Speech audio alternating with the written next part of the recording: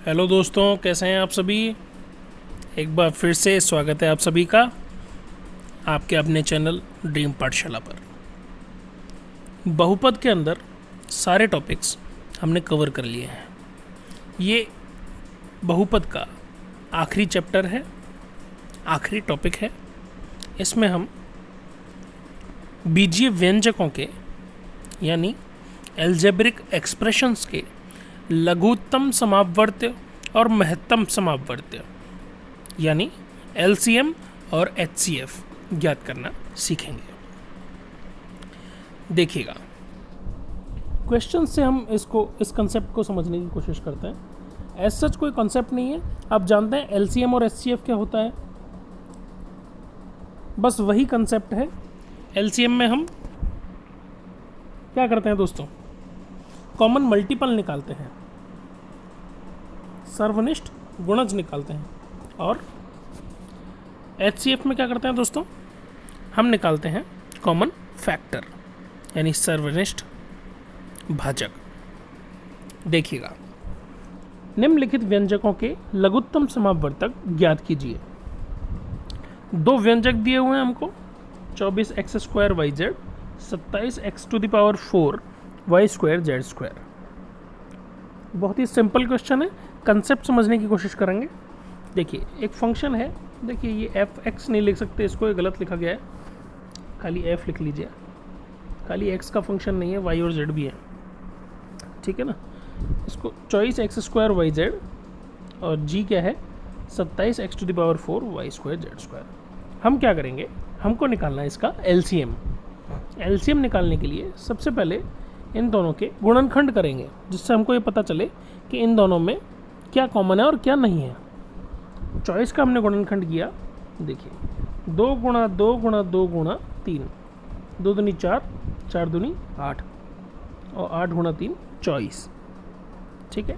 x² को हमने तोड़ा x × x में, 2 पावर है x की, 2 घात है, x × x में तोड़ा इसको हमने और गुणा y × z as it is उतार दिया, ठीक है। अब देखिए, जी को लिखा है 27, 27 क्या होता है, 3 × 9, 9 × 27, 3 × 3 × 3, ठीक है।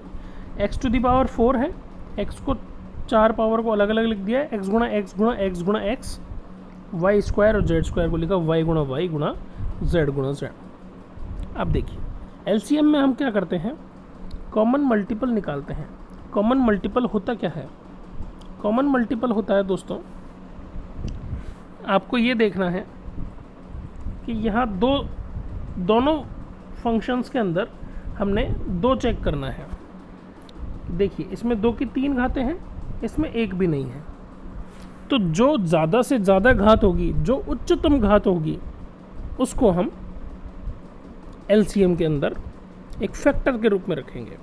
तो 2 की घात 3 हमने यहाँ रखा। उसके बाद अगली चीज़ देखेंगे, अगली चीज़ देखिए क्या है, 3 है यहाँ पर, तो हम 3 इसमें चेक करेंगे और 3 इसमें चेक करेंगे। देखिए, इसमें 3 की केवल 1 घात है और यहाँ 3 कितने हैं, 3 घातें हैं यहाँ पर। तो हम कौन सा लेंगे, ये वाला लेंगे, 3 की पावर 3, ठीक है दोस्तों। इसके बाद क्या है, x है, x की कितनी घातें हैं, 2, और यहाँ x की कितनी घातें हैं, 4। तो हम 4 घातों वाला लेंगे, x की पावर 4।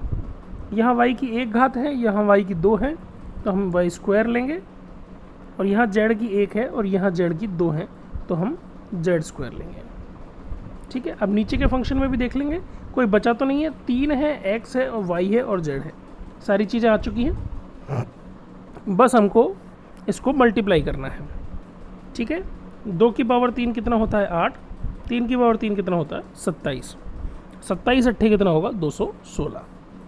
बाकी का एज इट इज़ हमने उतार दिया है। ये आपका क्या निकल के आया दोस्तों, एलसीएम है।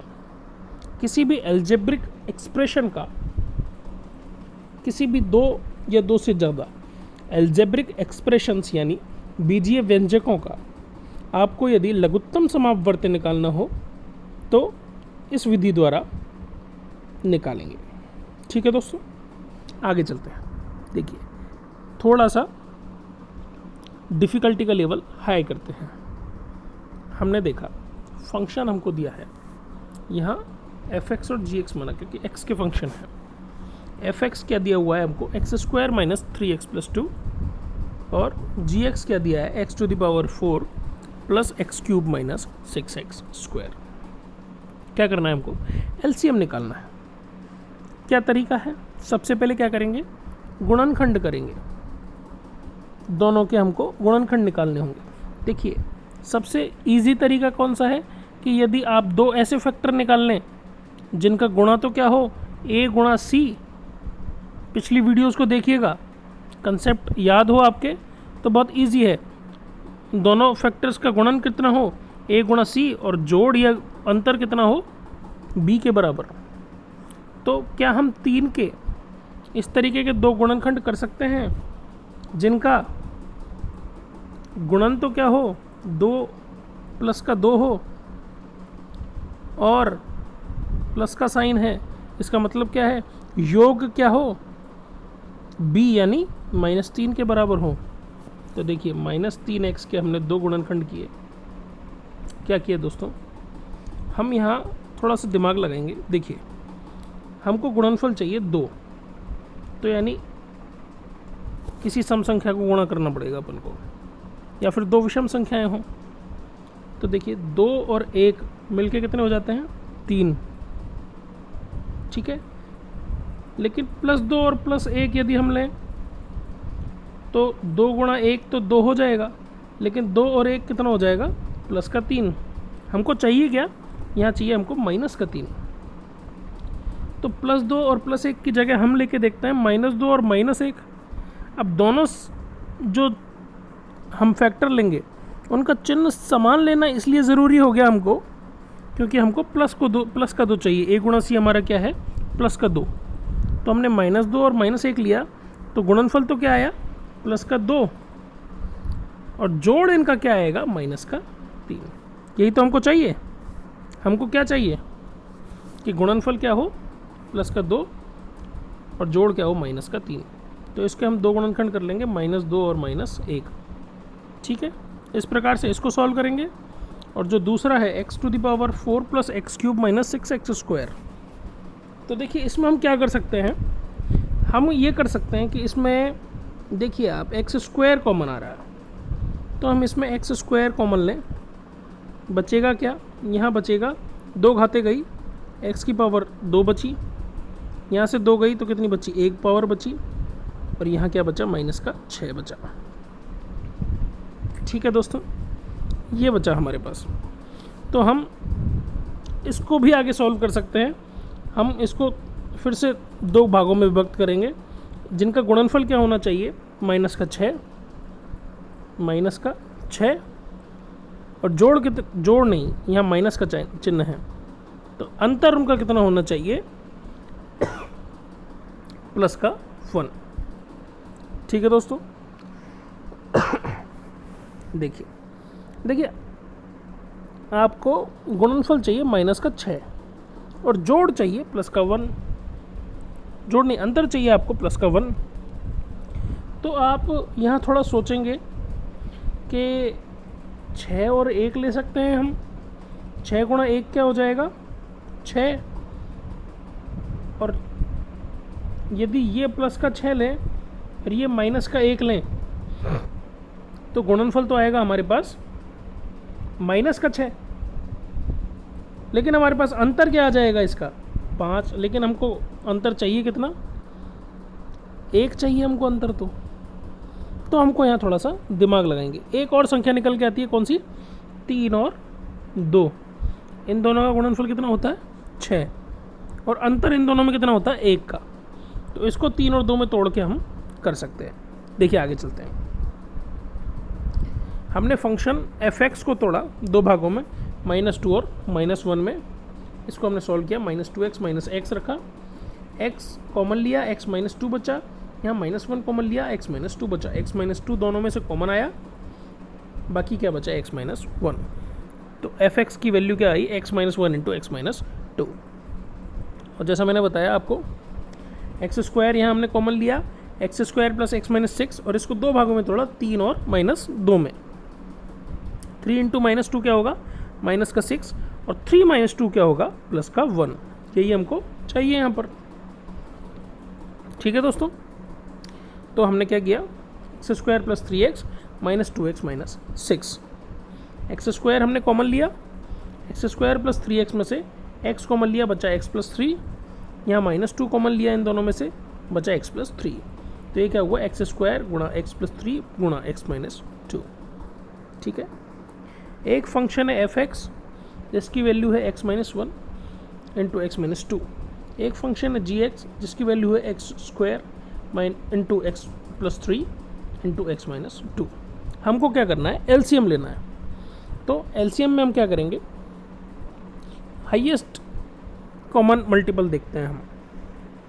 यहाँ x माइनस 1 है, एक पावर में है, यहाँ x माइनस 1 नहीं है, तो x माइनस 1 को हम लेंगे। x माइनस 2 यहाँ है एक पावर में, यहाँ भी है एक पावर में, तो हम x माइनस 2 को भी लेंगे। यहाँ क्या है, एक्स स्क्वायर 2 पावर में है, ऊपर नहीं है, तो एक्स स्क्वायर को भी हम ले लेंगे। बचा x प्लस 3, यहाँ पर है ऊपर नहीं है, तो x प्लस 3 को भी हम ले लेंगे। x माइनस 2 ऑलरेडी हम ले चुके हैं। तो हमारे पास आएगा क्या, एलसीएम आएगा x square into x minus 1 into x minus 2 into x plus 3। इस प्रकार से एलसीएम निकाल सकते हैं हम।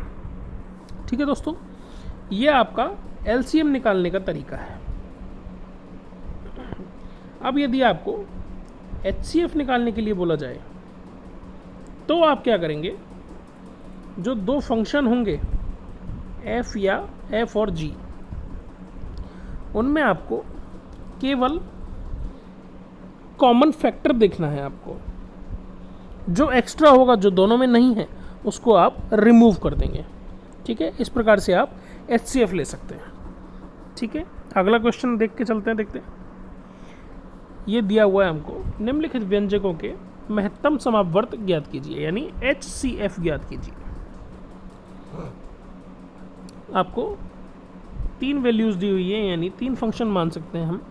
एक फंक्शन है a क्यूब इंटू बी की पावर 4, g एक दूसरा फंक्शन है a इंटू बी की पावर 5, h तीसरा फंक्शन है a स्क्वायर इंटू बी की पावर 8।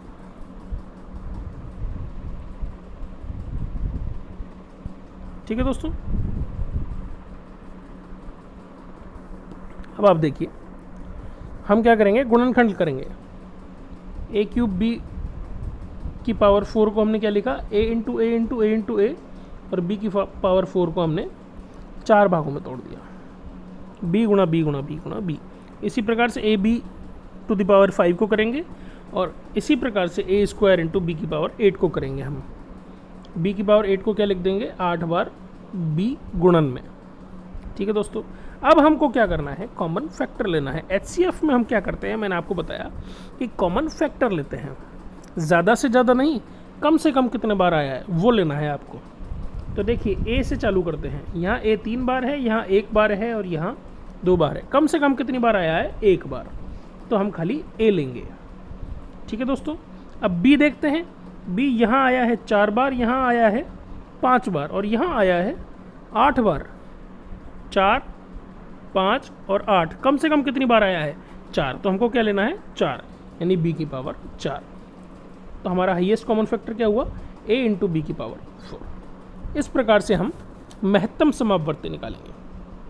ठीक है दोस्तों, देखिए एक क्वेश्चन दिया हुआ है हमारे पास।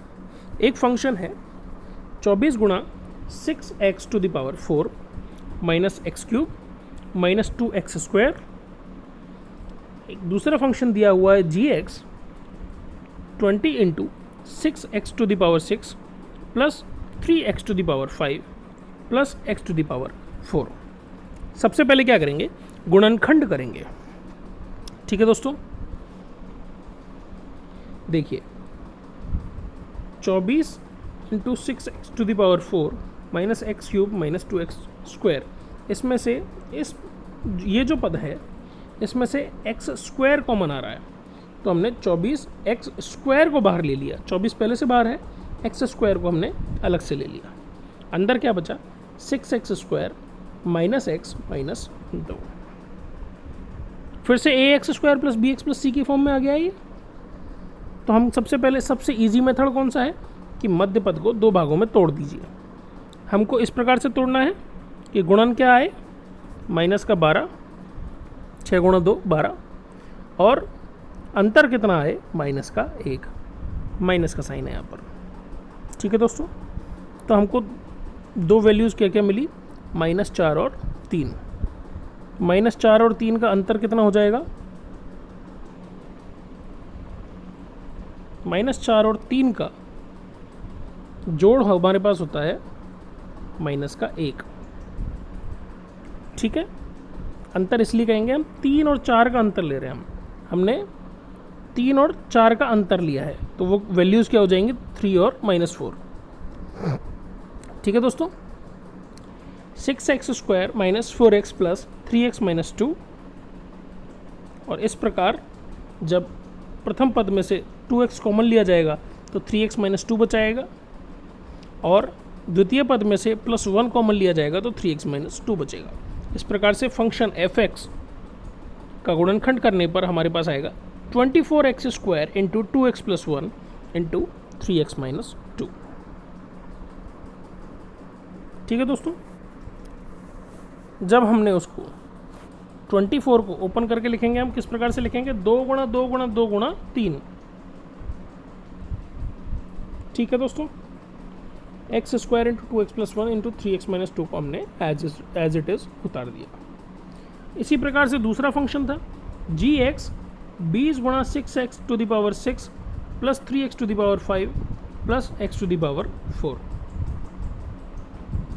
अब देखिएगा, हमने इसमें से x⁴ कॉमन लिया।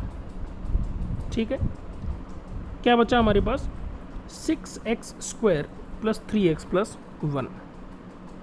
ठीक है दोस्तों, अब देखिएगा, हमको मध्य पद के गुणनखंड इस प्रकार से करने हैं कि उनका गुणनखंड क्या है, 6, और उनका जोड़ कितना आए, 3। देखिए, इस प्रकार के हमको गुणनखंड करने हैं, मध्य पद के 2 गुणनखंड करने हैं, जिनका गुणनखंड आए 6, गुणनफल आए 6 और जोड़ आए 3।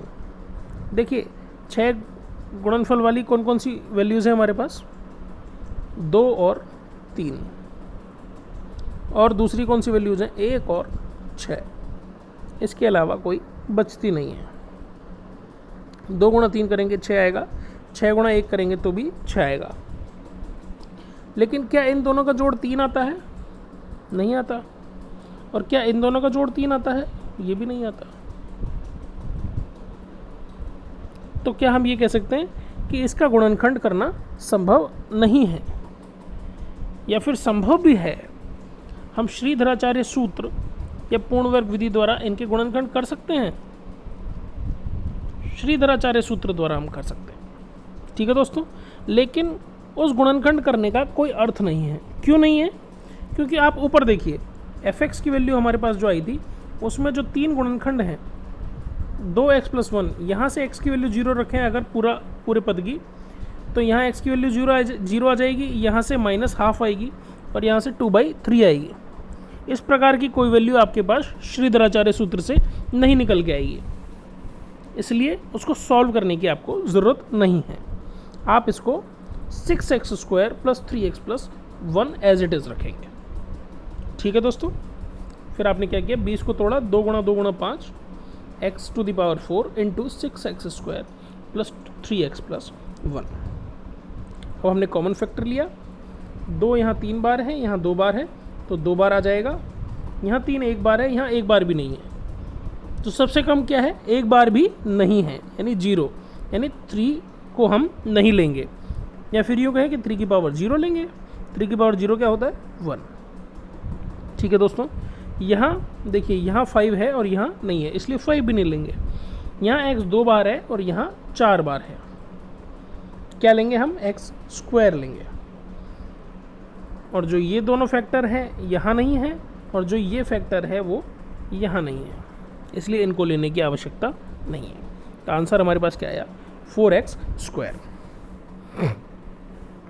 ठीक है सर, देखिए, पॉलिनोमियल के अंदर 10th क्लास में जो भी सवाल हैं, यदि कोई ऐसा सवाल बचा है जो हमने कवर नहीं किया है, तो उसके लिए आप क्वेरी डाल सकते हैं, कमेंट्स में जाके कमेंट कीजिए, आप अपनी क्वेरी कीजिए।